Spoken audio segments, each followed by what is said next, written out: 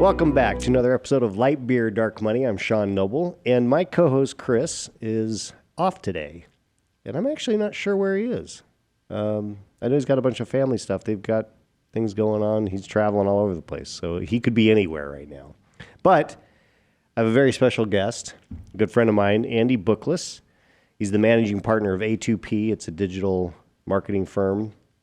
He is, as you will be able to tell from his voice, he is you were born in Scotland, but lived in England for most of your life. Absolutely, yeah. Spoiled the surprise. Spoiled the surprise. Yeah, you got the British guy on. Got the British guy on. And we have talked about British politics a little bit over the last few weeks with the ascent of Liz Truss as the new prime minister. And then a couple days later, the Queen decides, I'm out. And she passes away. So we have a king, King Charles, and Liz Truss. And there's a lot of chaos in England right now. This is not a calm time for True. Probably fair to say it's not a consequence of the new Prime Minister Liz and new King Charles that the chaos has arrived at this particular moment. It's been pretty chaotic for a while, the last few years, not just in the UK but in the world, but certainly different. And one of the things I've said to a few friends is, the new Prime Minister, the new King, they're untested, or at least they were until a few weeks ago, but they're not inexperienced. I mean, they've been around. Charles has been preparing for this literally since he was born. For 79 years. He was a 79-year run-up for this internship, right? Yeah, exactly. It's a heck of an internship. And Liz has been in the cabinet for the last 8 years under the last 3 Conservative prime ministers. So both of these individuals have seen up close and personal what it takes to do the job. Now they're in the key seat, whether they can do it. So one of the things that we ought to let the listeners know, that you have some actual, authority in this regard, because you were the political guy for Theresa May, who was the prime minister a few ago. You were involved in her early career, and then ended up deciding to go into American politics. Absolutely, right? Rode the coattails all the way. No, I was, so Theresa May was my local member of parliament. So when my family moved from Scotland down to just outside London, we moved to a town called Maidenhead. And that was her patch, that was her constituency. It's about 30 miles west of London. And traditionally quite a conservative neighborhood. It's most constituency parliamentary districts are not big compared to US standards. Right. We have 70,000 voters per member of parliament. That's like a legislature. They're actually smaller than some legislators. It always blows my mind. There are 650 members of parliament for less than 40 million voters in the UK. We could probably scale that down a little bit, I think. But so Theresa was my local member of parliament. I just happened to have finished college, which I went to college in Scotland, came back, being the 22-year-old who knows everything. Because I have a degree in communications and marketing. Surely I know more than a member of parliament about how to communicate. I just wrote a letter to her and said, hey, your newsletters, I'm sure, are very interesting to some people, but I have no interest in them. Maybe I can help you write them.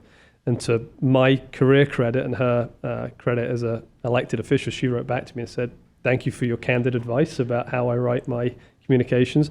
Come show me how to do it. And not sensing any of the irony in the letter, I wrote a marketing plan for her. And I remember very clearly back in 2005, it would be, sitting with her and her husband, Philip, in their front room saying, if you're running a campaign, this is how you divide up your audiences. There's younger people, my age, there's my parents' age who have got kids in school or about to go to college.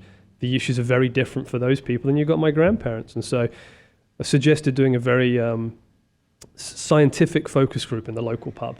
And we had a group of my friends at one table, my parents' friends at another table, my grandparents' friends at the third table. And we just sat with each group. And then we wrote pieces of direct mail, ran that little campaign. And again, UK elections are very decentralized, and at a local level, there are spending limits. So there's no TV, no radio.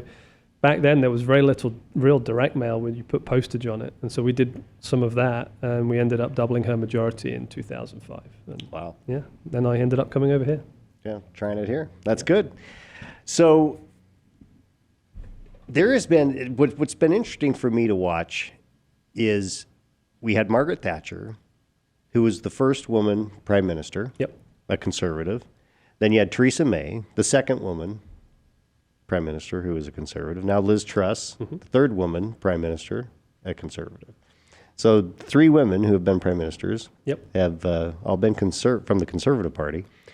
What is there anything to divine from that, or is that just happenstance? Probably a little bit that, I mean, both the Labour Party, which is the big opposition party in the UK. So in the UK, you've got the Labour Party, the Conservative Party. Those are the 2 main parties. You have the Liberal Democrats and then a whole host of smaller parties, as well as the devolved country parties. So Right. you have the Welsh Party, you have the Scottish National Party. Everybody has a party. Yeah. In the A lot of UK. parties, a lot of partying going on. But the big 2 have opposing ministers. So you'll have a cabinet. Every individual in that cabinet is picked by the prime minister. There's lots of internal politics going on. And certainly in the last 20 or 30 years, you see more diversity in those cabinets. And more women, more people from a wider variety of backgrounds on both the left and the right. It is a little bit of happenstance that the Conservatives happen to have had 3 female leaders and therefore 3 female prime ministers in the time that the Labour Party has had none. There have been some very talented people on the left, some women on the left who have risen but not quite ended up in that final job. And I guess the last piece to consider how Margaret Thatcher became prime minister, how Theresa became prime minister, how Liz became prime minister is the environment within which they became the prime minister. Who were their opponents? Because none of these individuals walked in uncontested. And how they were picked is probably quite unique to a lot of people who are involved in US politics. I mean, Liz was selected by less than 200,000 Conservative Party members who are all traditionally older, whiter, clearly more conservative than the country at large, and they wanted Liz. But to get into the final 2, to be selected by the membership, any member of parliament can throw their hat into the ring. And Liz did not win that ballot. So her colleagues in Westminster did not choose her to be the first. They actually chose Rishi Sunak, who was the Chancellor under Boris Johnson. And Liz didn't even come in second until the final ballot, and Wow. she came in. So the fact that she is now the Prime Minister is testament to her campaign strategy, to her drive, to her ability to interact with the membership. The challenge for her probably now is not interacting as much with the voters as it is keeping those members of parliament in line. We just had our Conservative Party conference, which is an annual conference in the UK. So it's like a convention. Everybody comes in from around the country, all the elected officials, all the activists, all the media, all the think tanks. They have groups, and you see these big stage-managed productions from the front on the podium. There's a very famous example of when Theresa was struggling with her coalition of members of parliament. The speech was billed as, this is a must-deliver speech. And she had a cough. So she coughed her way through the speech. And then one of the letters fell off the sign behind her, and it just didn't look great. It didn't look professional and productive. And then it started to shape the last period of her prime ministership. Liz had a very well stage-managed speech yesterday. And you read some of the articles today about cohesiveness and the party moving forward. And then I checked with a few friends this morning. I was like, what was the vibe like? And they were like, miserable, horrible. Like, if you really want to understand what goes on in British politics, and particularly at these big conferences, it's not the big stage presentation. It's in the bars. It's at the fringe events. It's where people are gossiping in the corners. Right. And politics is the same in the UK and the US. There's lots of gossiping. Yeah, it's like and that's the same as a convention. I mean, all the real stuff happens off the TV cameras. Right. I mean, obviously the speeches are important. It's interesting. I didn't realize that Liz had that much of a challenge to get to the final 2. So she has a bunch of members of parliament who are not her allies, that are a part of her party. So this is a little bit of a interscene, battle. Right? Yeah. I mean, whilst she is the Prime Minister, and therefore she is the executive within our system of government in the UK, she's probably more likely to, or be more similar to a Speaker of the House or a leader within that caucus. And so keeping that caucus together is the biggest challenge for her right now. A lot of outside impacts. Obviously, we'll, I'm sure, talk about inflation, the war in Ukraine. That's all driving some pressure points. What voters are unhappy, they're feeling like, economically things aren't good, my job's at risk. Local MPs are hearing that when they hold they're called surgeries in the UK. So when they go back to their constituency and they sit and they have 20 constituents they're meeting, if all those meetings go badly, that's going to come back to Westminster and they're going to talk in the bars and the tea rooms at Westminster about how bad their constituents are feeling. None of that helps maintain authority and control over a restive body. Remember, we've had 4 Conservative prime ministers: David Cameron, Theresa May, Boris Johnson. None of them lost an election. Right. They were all dispatched by their own side. Right. So I don't know if you lose 1, it's an accident. If you lose 2, it's becoming careless. I don't know what it means if we lose 4 in a row. It's definitely something. Yeah, and the next election isn't for a while yet, right? Correct. It doesn't. It has to happen before there's a specific date in 2025. So most people think it will happen late 2024. Is my guess. So the same time as when we have our next presidential election. Could be. That will be fascinating. Yeah, we're seeing a wholesale change in what's going on. Wow. And the polling is not looking good for the Conservatives and for Liz Truss right now. So it wasn't looking good before Liz became Prime Minister. I think it's worth pointing that out. Right. Boris had a number of challenges with his leadership style. Superb politician, amazing communicator, definitely a unique character. Probably he himself would like people to think of him as a Churchillian character. He definitely has those aspirations. And he was very, very good. I mean, think about the things he's done to get to that role. Mayor of London. He was very involved in the Brexit campaign. Mm-hmm. Very high-profile journalist, very accomplished writer and publisher. So he's been very successful. His challenge was picking people around him who could be relied upon to be deliver. That Conservatives are supposed to be fiscally conservative, to deliver on keeping the boat steady. The boat's been rocking a lot the last few years. If we may have just tipped it over a little bit, I think. Right. Well, it's tough for anyone to think that they can step into the Churchillian shoes. He was just such a unique, one-of-a-kind individual. I mean, he was... I just got done reading his biography a few months ago. I'm done with the first book of his great tomes about World War II. Right. So I read A Gathering Storm. And I mean, just a remarkable individual who, frankly, in some ways single-handedly saved the world from Nazism because of the things that he was able to accomplish prior to the United States getting into the war, and what, the friendship he had with FDR and the influence he had with the President of the United States, getting the loan lease program and making sure that Britain was alive long enough for the U.S. to come in and help finish the job. Sure. And I would say that we look back on history now, and it's very clean. There's this era that happened. Right. And maybe sometimes we should do that within the environment we're in. Like, not maybe 70 years, but in 5 years' time, look back at the Trump era or the Truss era or the Theresa May era, because you do get a little bit of perspective on that. The thing about Churchill, he's regularly and absolutely rightly voted the number one British person of all time. Like, he did save the country. We tell stories in the UK, like grandparents, like over here, if you weren't involved in the war, there was something wrong with you, right? And so all of our grandparents were involved in the war. And they tell stories about we were literally taking down signs or turning them around because the Nazis were going to be invading. Like in 1940 and 1941, if the Battle of Britain had gone the other way, we were done. So you look back on that and you say, Churchill was the key. And he was very important. But when he took the job from Chamberlain, he wasn't the first choice. Right. Lord Halifax was the first choice of the king and of the lot of the ruling hierarchy in the country. And so Churchill had to fight for that, just like Liz did, just like Boris did, and everybody else. They had to figure out. No one knew if he was the right guy at the right time. He turned out to be, but that was the roll of the dice that people took back then.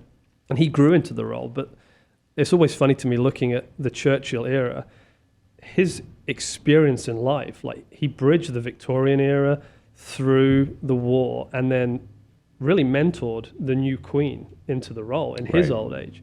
And so, like, he was running around South Africa. He was captured in the Boer War, like when people were throwing spears at him. And then he's organizing, big bombing raids in Germany and stuff with the Royal Air Force. And then he's in the space era, like 20 years later with in the 60s before he passed away. So he's rightly regarded as that, but he had influence in every part of his life. I mean, there's lots of great quotes of his, but I think he crossed the floor. So in the UK, in the Houses of Commons, you've been to the House of Commons, you've got the opposition benches and the government benches, and a rebel or a rat, as they're called, if you choose to leave your party, you walk across the floor. He was first elected as a Conservative. His father, Randolph, was a giant Conservative figure. I think he may have been a Chancellor of the Exchequer. Boris was elected a Conservative, decided it was more politically expedient to be a Liberal, so across the aisle, spent a few years in government as a Liberal, I think around World War I, then crossed back across, so he was a double rat to be a Conservative again. So if you learn nothing from that, you need some political flexibility to be successful in the UK as well. And that's maybe something that the current generation of elected officials forget, that they're very rigid, it's very dogmatic, it's very singular. But in actual fact, problems are complex, and we live in a complicated time, and we have to think about these things. So Churchill's a good example, not just from what he did back in the day, but like his attitude to how life goes. And he had a heck of a life. He did have a heck of a life. And he wasn't dogmatic, like you said. He had some core beliefs, but he knew that to govern, you couldn't be rigid. Right. You had to be flexible, as you mentioned. Speaking of, so Churchill's a good segue to us talking about the monarchy, because he was very close to the king, who then abdicated because he married an American actress. Does that sound familiar? Yeah, there may be some history repeating itself. Not and then he developed a good relationship with the king's uncle, who became the king, or king's brother, who became the king. Yep. And then the king dies, and you have this very young, she's 25-year-old woman who, up until just a few years before that, there was no chance of royalty for her. I mean, she was the daughter of the brother of the king. She was within the royal family, but the line of succession did not include Princess Elizabeth ascending the throne. The king would find a partner, the partner would have kids, those kids would be the line. And so I think a lot of the stuff that's been written about Queen Elizabeth, about duty, about all of it, that was not hers from birth. That was hers as a consequence of other people's actions in their lives, their choices. And I think some of the things that I read after she died was that she would have preferred the life of that country, genteel, horse owning, like she was huge into horse racing in the countryside. That was the life she probably wanted for herself, but her duty was to be the sovereign, to be the monarch, and so that's what she did for 70 years. I remember reading after all the funeral stuff was going on, and you guys were doing podcast after podcast on the monarchy, and I was like, is this a monarchy podcast that I'm coming on to talk about? That her reign of 70 years, whilst in addition to it being the longest of any monarch, I think, her reign spanned 30% of the time the United States has been a country. Oh my goodness. And her life, 40%. So for 40% of the time the US has been a nation, the Queen has been on this planet. And for 30% of that, she was actually running a country. That is amazing. That is amazing. It gives you some perspective about how young the United States is. and how successful the United States has been in becoming a world leader in freedom, frankly. But there is something about a bunch of Americans who look at England, and there's an affinity. And, Churchill talked about this, the English-speaking people and the common bond. But, we were fascinated with Diana. We were fascinated with, what happens. We were now all fascinated before the Queen's death. We were fascinated with Meghan Markle marrying Harry, and what does that mean, and all that fairy tales. Yeah, there's just something, because it's just so unlike anything we know. Right. There's a fascination, and I think Meghan Markle I think she's done some damage to the royal family. I don't know, you might have a different opinion, but it seems to me that she's created, before the Queen's death, she created some issues that the Queen probably didn't want to have to deal with. And now it'll be interesting to see how Charles, because now it's not just the grandson, Sure. it's the son. So, and Charles has, because he's been standing there waiting for 79 years, or however long it was, maybe it's not 79, I guess it's 60 something. So, but, Queen Elizabeth was no one really knew what her opinion was when it came to current events, right? She was very good at just being the monarch. Mm-hmm. He, on the other hand, has had all kinds of opinions. He does. And now that he's the king, probably less so, that he'll be vocal about it. But there's stuff he's talked about, issues he's talked about. How will that play? How is he being received? What's the expectation? And how, are people they can't wait for him to die so they can be William? I think there's certainly, after the Queen passing away, there's there's polling on this. There's an elevated appreciation for the monarchy, for the system. And you've got to differentiate between the individual, mm-hmm. Charles the man, versus the king. And the king has a role in society, and whether it's meeting once a week with the prime minister, whether it's writing to his ministers, because ultimately it's his government, and therefore he has a right to have an opinion. But ultimately it's private, and it should stay private. As the Prince of Wales, he was able to go to conferences and talk about it. In fact, this came up just in the last week or so, where one of the big climate change conferences that Charles the Prince had attended and been a keynote speaker on, they were questioning, would he turn up as the king? And all the attendees, the organizers, they wanted him there, right? A heck of a spokesperson, right? The King of England. But the government said, no, this is not his role anymore. He is the monarch. And he agreed to that. So you may see a shifting in Charles, the individual, because he is now the king. And I think that's the thing that, before the Queen, and really for 1,000 years of lineage, right? The royal family is supposed to be that stability, the rock. And it's rare that you get someone who's been in the job as long as the Queen has, but whether Charles is in there for 20 years or 2 years, his only job is to maintain the stability of the monarchy. William's only job is to maintain the stability of the monarchy. And maybe I've been over in the States too long. I look back at it and I'm like, that's the job of the monarchy. Everything else is just noise. The other siblings, Andrew, Harry, the Meghan Markles, it's just noise. It sells newspapers. It's probably got some clicks online, but the job is being the state head of state. It's being the patron of charities. It's being there when the people need you. It's not designed to be a celebrity. And that's, in my personal opinion, probably what Meghan misjudged. Yes. Was that the job was being the brightest light, the best celebrity, and she's an actress. She's playing a part. The Queen wasn't an actress. That was her job. That was her duty. That was her service. That's what Charles will perceive, I believe, the role to be, and that's what William is. That's the big schism, I think, between the two brothers, William and Harry. Is don't forget the life they had before they became adults.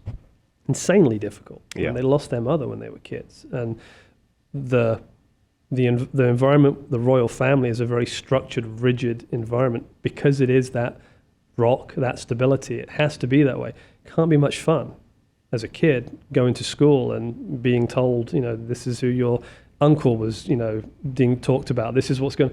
None of that can be any fun. It's not celebrity. It's different from celebrity, and that's where I think the American attitude to the royal family is more as an observer, as a tourist, as something that's interesting. I think that's when you ask British people what the monarchy means to them and has meant to them, they maybe hadn't realized it because they just had taken the Queen for granted for so long, but it is that stability. There will always be someone there who is the grown-up in the room when all the politicians are, arguing and doing something.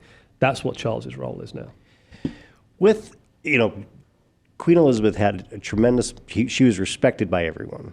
She really did grow into that role in a way that most 25-year-old women, 25-year-old anybody would find very difficult. Will there be, there's been times in the past where there's an anti-monarchy movement trying to get rid of the monarchy. What does the next couple decades look like? Is that going to depend a little bit on how things play out with King Charles and then eventually with King William?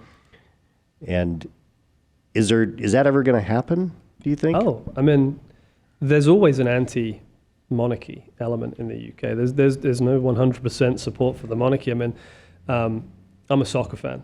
All the soccer games were cancelled around when the Queen passed away, and my friends and I were like, well, why did they do that? And then we realized that there are some teams that have an allegiance not to the UK or to the Crown, but to, I was born in Glasgow. In Glasgow, you have Glasgow Rangers and Glasgow Celtic. It's a divided city, Catholic and Protestant. And the Catholic team, the Celtic team, align more with Ireland than they do with England. So they cancelled the games partly out of respect, partly out of the fact they didn't want soccer fans chanting bad things about the monarchy from the terraces. That happens in England too. There are elements within all societies where people don't align with the status quo, with what's happened before. The UK had a referendum under David Cameron, so less than 15 years ago, about whether Scotland was going to leave the Union. And it was won. It wasn't won overwhelmingly. I think it was 55-45. Still, 40% of all Scottish people don't want to be part of the UK anymore. And after Brexit, there is still a pretty strong undercurrent of groups within the UK saying, well, why don't we leave the UK and rejoin the EU? So that's not just a monarchy thing. There are big societal shifts happening within the US society, within the UK society. Mm-hmm. They're not going away. And it will make Charles's job harder, but I think the Queen has set him up for success. And now it's up to him to build upon that. That's the thing that, you and I work in politics. We work in short cycles, 2 years, 4 years, 6 years. The monarchy works in decades, right. Lifetimes, right? So you got time to figure it out, Charles. You may have 20 years. So define what type of a king you want to be, what country you want to leave for William, and work with the politicians, work with the groups, to work with the church to build that environment. Because that's one of the other trends that we've seen. The Queen was head of the Church of England. Right. Attendance in church in the UK is at its lowest levels for the Queen's lifetime. And then the Queen passed away and all the churches are full again. So there may be positive outcomes for a lot of what the end of the Queen's reign drove as well. Interesting. Yeah, church attendance in the U.S. is significantly lower than it's ever been. And I think that's a challenge. I think one of the things that people like, Alyssa, my wife, will say this, people are tribal. And if you don't have a tribe at church, you're going to find it somewhere else. And we're definitely seeing that in politics. It's become very, very tribal and very insane. And just be like Winston. Cross and cross back, as you need to. Yeah, I think the crossing back now, I think the idea of people changing parties now is a much different question than it was 20 years ago, when it was, oh, I'm a conservative Democrat, but I'm leaning more Republican, or I'm kind of a liberal Republican. I'm leaning more Democrat. The parties have become so, so Polarized. separated and polarized that, I mean, it's no wonder that we have such a surge of people who identify as independents or a party not declared. Right. I think to a large degree, what we see in the data, when we're doing our data analytics, when we're working with the pollsters, when we're looking at where are the trends, where are people moving, individuals aren't moving much from where they were. Like a lot to Alyssa's point, like people are tribal, they're defined by their environment. So if they've got their group of friends, they've got the things they like doing, they're settled in a state, the state's not going to change massively over the course of a few election cycles. But I do think that the way that some of the national politicians are communicating, how they're communicating, the use of social media has put an emphasis on where more polarized messaging raises more money. More polarized messaging turns people out at rallies. More polarized messaging drives the news cycle. Those things have become, have increased in speed. They've become more high profile. But actually, when you go and sit and watch a focus group, or you go to the pub like I did all those years ago with Theresa, when you sit and talk to people, a lot of people that don't engage until there's an election, they quietly go to the ballot, they quietly fill in their things. A lot of that's that independent group that you're talking about. And so, I mean, I'm an optimist, right? I look at the UK, I look at the US, and there's lots of challenges, there's lots of friction, there's lots of risk out there. But when big things start to happen in our environment, more often than not, leaders emerge. And those leaders are probably people who are elected now, who are not in high levels of authority, that are quietly working away in state houses or in the US House or somewhere, and they're adapting to the environment. They're not all going to run to the fringe of their party. They're not all going to run far to the left if they're a Democrat or far to the right. And the grand sweep of history, these things do tend to ebb and flow. And I think we're in a very polarized, challenging, contentious, very personal environment. Like people are feeling very fearful right now, whether it's things going on internationally, whether it's the economy, whether it's the rhetoric in politics. At the same time, you look back, and we refer back to the Queen Elizabeth, like there were people looking at the 25-year-old Queen going, world is going down the drain here, and we've got a 25-year-old in charge? How's this going to pan out? Turned out pretty well. With Churchill, he wasn't the first choice, and the Brits were looking at extinction in the face, and they were like, well, cometh the hour, cometh the man. And he just stepped in, and there was a lot of people that didn't think he would be able to lift the morale of the country, and he did. So I look at what we've seen in our past, in our shared country's past, and what we may be facing in the future. And I'm not worried about that. I actually think that will bring people together, whether it brings everybody together or it just moves the focus away from the fringes back into the center again, where conversation happens, collaboration happens, where we actually get things done. I think there's opportunity for that. Yeah, I hope so. That's sorely needed. So you were born in Scotland, grew up in London, or the outskirts of London, ended up coming here. You married an American girl. I did. Very lucky man. And you now live here in Phoenix. I do. So that's a pretty good story. I'm part of the wave that has moved in. I mean, I've lived in a lot of places in the last 20 years. But yeah, Sarah and I have lived. We met on a congressional campaign in the Chicago suburbs. She took a job in Washington, D.C. My visa expired, so I went back to the U.K. We traveled back and forth. I convinced my boss back in those years that he needed an office in D.C.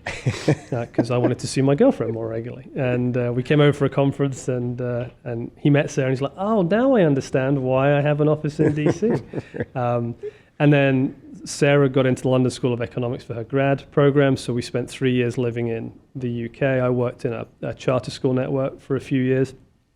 But then rains a lot in the UK. So Sarah's like, I would like to see more than just one season, of rain and moderate temperatures. And so we came back to DC, and then a few years later we started A2P, you and I and our partners, and I've been here ever since. But since I've been here, I've lived in DC, Philadelphia, Chicago, and now Phoenix. So I'm moving westward. I think I've stopped moving westward. I think you're done. Yeah, Phoenix is as far west as I need to You can visit California. No reason to live there. I love the West. And it's interesting for me, having that perspective of UK politics and US politics, having lived there. I'm actually a dual citizen, so I'm an American citizen and a British subject.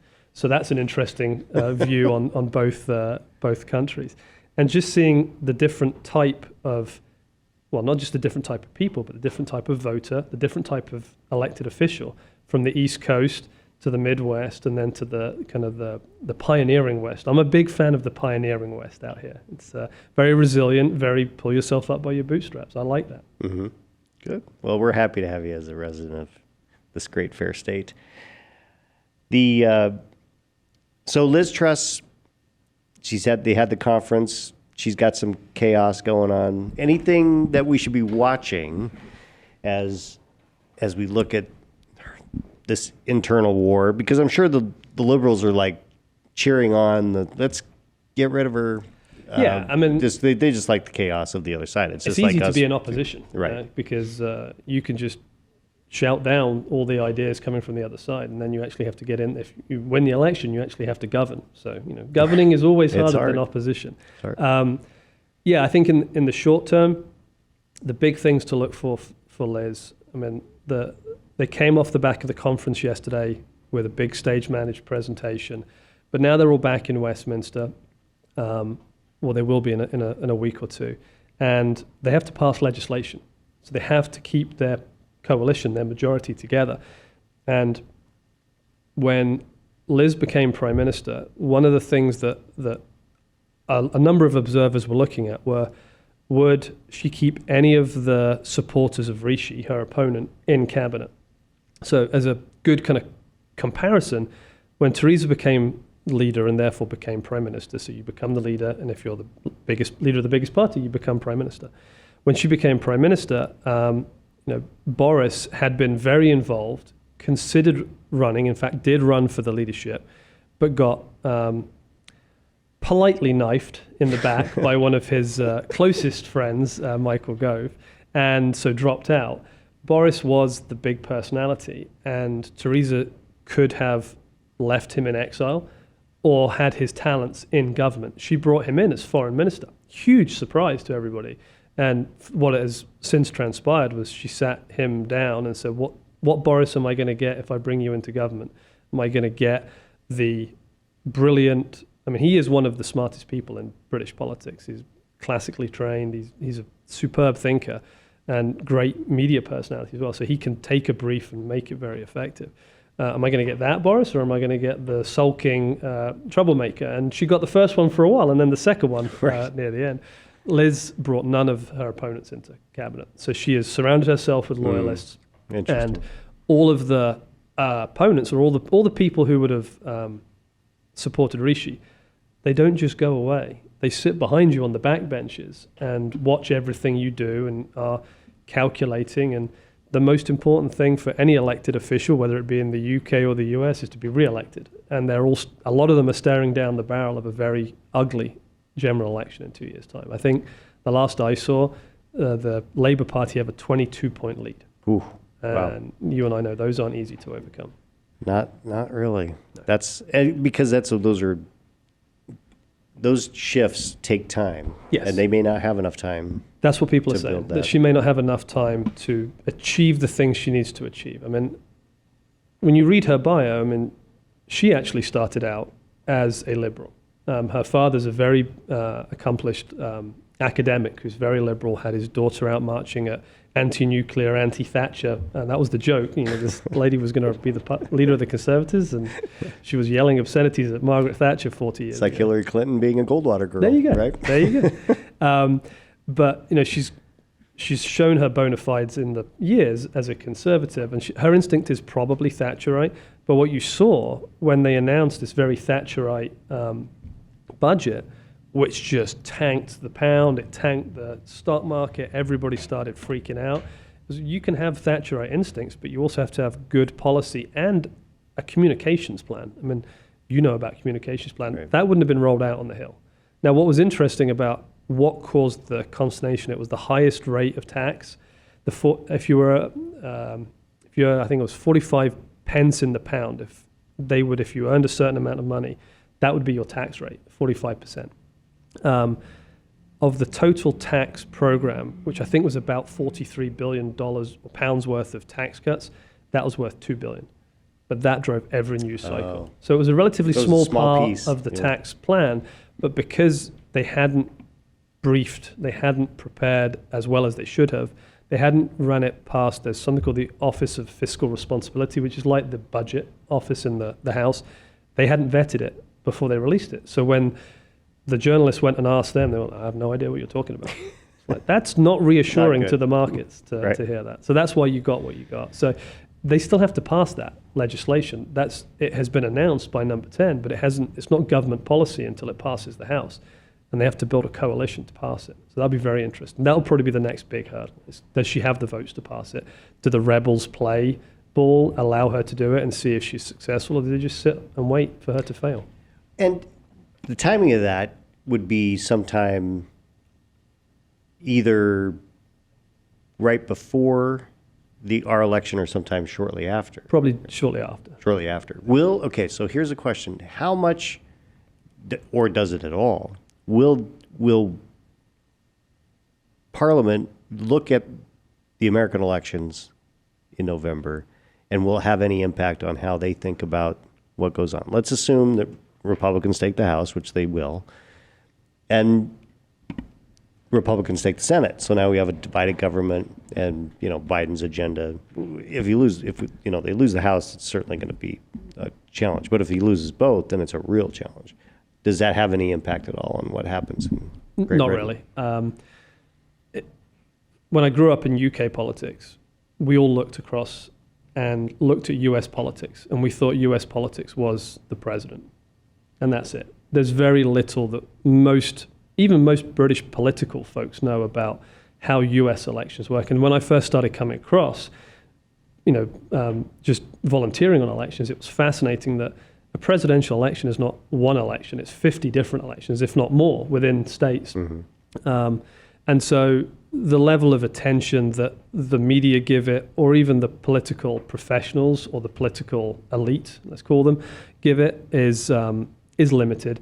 I think the bigger impact than the political is the economic. Right. If oil prices go up because of OPEC, and cutting the distribution, if the dollar remains way stronger than the pound, that's all going to have a material impact. I mean, the one very similar thing between UK and US politics, and probably all politics, is people vote based on their pocketbook, how good they feel about it on the day they go to vote, or the environment within which they vote. So don't expect an election in the UK for a couple of years, because people are really not happy at the moment. Their energy bills, I talk to my friends, my family back home, their energy bills are going to triple this winter. Wow. And so that's partly, and what was interesting, actually one of our friends, James, who was Theresa May's pollster, James Johnson, he did some polling recently, and the blame, before Liz became Prime Minister, the blame on the gas prices was Putin. So it was interesting to me that the Labour Party hadn't capitalized on the party of government, the party of power, being blamed for the rise in energy prices and petrol prices and everything else back home, that the war had been kind of positioned as the cause of this. Then with all the kind of the own goal of the economic decisions, that has moved to, it's the incompetence of government. So we've literally gone from the bad guy in Russia was the cause to our own government messed it up. And so if people don't feel good, if people are angry, they want to change. And that's what you're seeing in the UK right now. And that's also what you're seeing over here as well. Right. Well, it'll be interesting to see how things play out here, and it'll certainly be interesting to see how her legislation goes.